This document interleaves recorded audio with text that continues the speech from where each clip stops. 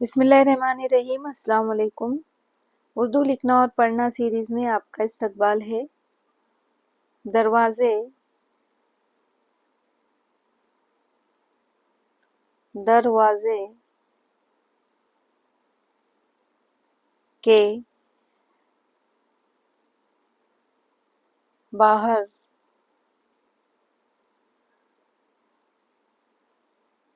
पड़ी, दरवाज़े के बाहर पड़ी बाप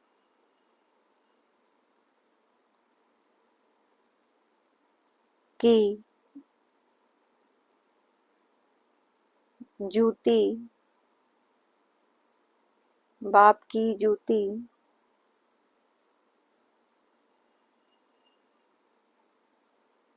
का भी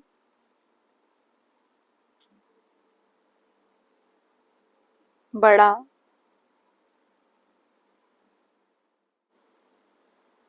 रौब